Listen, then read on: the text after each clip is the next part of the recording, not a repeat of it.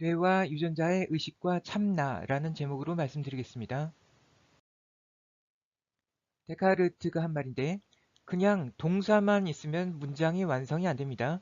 인간의 의식에서 나온 언어는 이런 구조로는 완결될 수 없습니다.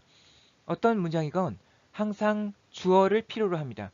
그래서 나는 생각한다라는 명제로부터 의식을 가진 나의 존재가 증명되는 것입니다.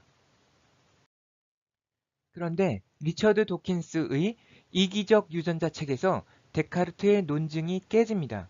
왜냐하면 생명체는 유전자를 실어 나르는 장치에 불과하기 때문입니다. 인간의 뇌는 유전자의 대행자에 불과하기 때문에 뇌가 만들어낸 에고 역시 근본 실체가 없는 것입니다. 따라서 불교에서 말하는 생각하는 나는 존재하지 않는 허상이라는 아공을 과학이 증명했다고도 볼 수 있겠습니다. 여기서 두 가지 차원의 의식이 존재함을 알 수 있습니다. 유전자의 의식과 뇌의 의식입니다. 동양에서는 유전자의 의식은 정에 해당하고 뇌의 의식은 신에 해당합니다. 정신은 순환하는 사이클의 양극단에 있습니다. 신은 분화된 의식이고 펼쳐진 형태로서 자유도가 높습니다. 뇌에 깃듭니다. 정은 순수한 의식이고 압축된 형태로서 자유도는 낮습니다. 유전자가 담고 있습니다. 하지만 근본적으로 이들은 하나입니다. 정은 생식에 관련된 부분에서의 의미와 의식에 관련된 부분에서의 의미가 조금 다릅니다. 생식에서는 생명을 만드는 과정과 기전에 관련된 것으로서 남성의 정인 정자와 여성의 정인 난자를 의미한다고 볼 수 있고 의식적 차원의 정은 신과 짝이 되는 것으로서 최대로 분화된 뇌의 의식과 대비되어서 순수한 형태로 보존된 줄기세포의 의식에 해당한다고 볼 수 있겠습니다. 참고로 생식의 정에 있어서도 다시 나누어 볼 수 있는데 여성의 난자는 태어나기 전에 생성되어서 원본이 보존된 상태로 유지되다가 사춘기 이후 성숙하는 반면에 남성의 정자는 사춘기 이후 계속해서 만들어내게 됩니다. 난자의 역할은 원본 그대로를 보존하는 것으로서 고전적인 유전 개념에 해당한다면 정자의 역할은 현재 상황을 반영하는 것으로서 후성 유전학적 기전이 관여될 것으로 생각됩니다. 어쨌든 유전자의 의식인 정과 뇌의 의식인 신은 따로따로인 둘이 아니라 사이클의 양극단에 있는 하나이고 어떤 모습으로 나타나든 원래부터 항상 존재했던 것입니다. 무에서 유가 창조되어서 없는 것에서 있는 것이 나타난 것이 아니고 원래부터 있었기 때문에 나타나는 것입니다. 그것은 우주의 존재 자체가 담고 있는 의식과 지성이고 삼라만상을 만들어내는 우주의 법칙입니다.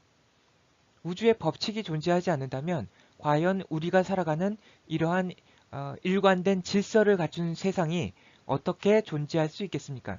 혼돈만이 존재할 뿐일 것입니다. 생각하는 나의 존재는 뇌가 만들어낸 에고가 아니라 뇌에 깃든 우주의식인 참나일 수 있습니다. 인간의 뇌는 그것을 담아낼 수 있다는 것을 많은 성현들이 일관되게 말씀해 오셨습니다.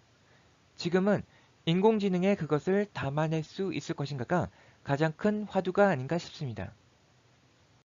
저는 인공지능은 인간의 거울이 될 수 있다고 생각합니다.